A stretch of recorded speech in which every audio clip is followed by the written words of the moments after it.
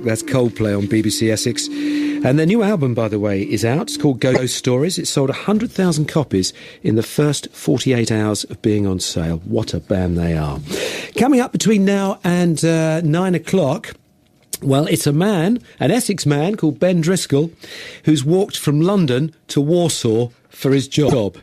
Well, you would, wouldn't you? Of course you would. Just turned 8:30. Find out more about that in a second. Said I need dollar, that's what I need.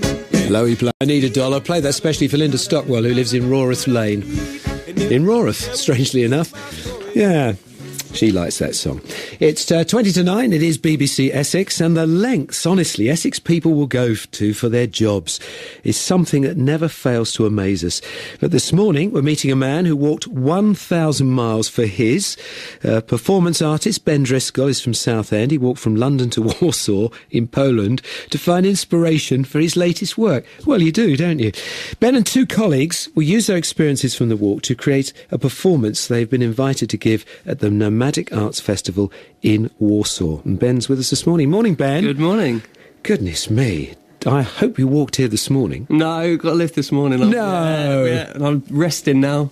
Being home, making the most of it. Yeah, get back in the car again. So. And are these the shoes you used? Not these ones. No. My boots are back home, being washed, and need cleaning again after all the miles they've done. Only one pair. Only one pair. Yeah, I bought another pair towards the last couple of weeks. So I had a bit of a problem with my foot, so doctor told me I had to buy another pair of shoes for that. But yeah, it's just the one pair for most of it. That's the point. What about blisters? We were surprised. We did surprisingly well, actually. Funny enough, I mean, I think we had about one blister between the pair of us, which is surprising. I mean, good shoes that we bought beforehand. So yeah, they did as well. We did it. We were quite lucky with that. Yeah. And before you started, I mean, had you done much walking before? I've done. Well, we've done a 2-day walk was the longest I've done before this, which was I did a series of performative walks along the River Dart in Devon. A performative walk? Well, walks that we used to do that we ended up making installation from. So a series of walks that we did, various things that we used to do, playing poo sticks on some of the bridges, or one walk we did picking up every piece of rubbish that we could see along the walk, and we made this sort of sculpture that we ended up putting in an installation about that. But yeah, before that, that's the longest I've done, and then we jumped up to 64 days, which is how long this one took. So. Why did you come up with the idea? It's been in discussion for quite a while with my friend and the guy I did the walk with, Alfie Heffer, who's the guy who joined me from London to Warsaw. And we also had another guy that joined us for 2 weeks in Germany, it's Stefan Andersson from Sweden. But we'd been in talks about doing this walk for a long time. We know some other performance artists like Richard Long and Hamish Fulton who do these performative walks. And it's sort of an idea we've had in discussion since kind of discovering their work. And originally we were going to do John O'Groats to Land's End. And then from there we've got a friend that's organising this festival, the Nomadic Arts Festival in Warsaw. And he sort of invited us to walk to there in order to make this performance, to work in this festival. So we thought, yeah, we'll go for it. And that's what we've done. So and it's inspired you, has it? Yeah, definitely. In what way? Well, I mean, there's so much material that's come from it.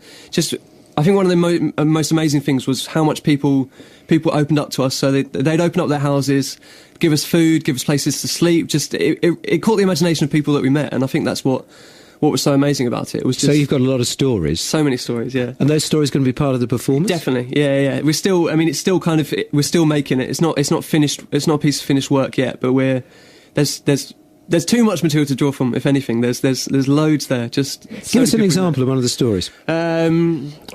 Just so many people, though. I mean, we met someone in a town near Wolfsburg that Stefan went in to buy some sunflower seeds, and from there, within about 5 minutes, he'd offer us coffee and came out and chatted to us. And then within another 5 minutes of talking to him, he said, "Oh, do you want to come back to my house then?" And we went with him, and it was always around Easter time. And in Germany, they have a lot of, this was in Germany, they have a lot of bonfires, and he took us around to some of his friends' houses, and they had a massive bonfire. And then we had a barbecue with his family, and we did an Easter egg hunt in the morning, and it was amazing. Just the way people opened up to us, and yeah. Wonderful. When did you get back? I got back about this time last week. I was back last Friday, yeah.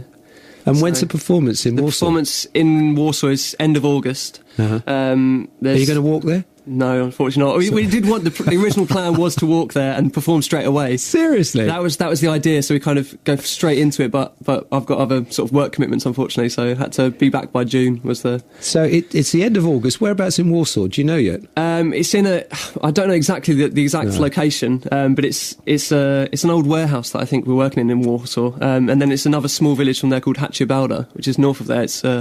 It's basically a guy's his own little community. It's all kind of off the grid, and it's the whole like ethos of the festival is this kind of is set that each year the festival takes its theme from the location it's in. So this year it's called Between Wheat and Pine, and it's kind of taking the inspiration from the farm and the settlement where we'll be working. But you can find there's more information on nomadicartsfestival.com. And they're doing some fundraising at the moment, so you can find links from there that leads to that. So if you're that way inclined, then please do have a look at it. And there's tickets on sale as well, so check it out. It's going to be, I think it's a really interesting festival and really good work that the guys are organising. And there's flights from Southend to Warsaw, aren't there? There's flights to Krakow, I believe. Krakow, and then you can get a bus from there that's very cheap. So there we are. So no excuse for not coming over to watch you. Yeah, exactly. Yeah, definitely. Ben, thank you so much for coming in today. It's a pleasure. Look after those feet. They're looking pretty good nick, actually, from where I'm sitting. Yeah, not too bad. I expected you to kind of come through the door half limping. Well, I'm still in the mornings a little bit, still struggling, but getting back used to it again. Yeah. Yeah, you came bounding through, just like you just got out of bed. Well, couldn't possibly say.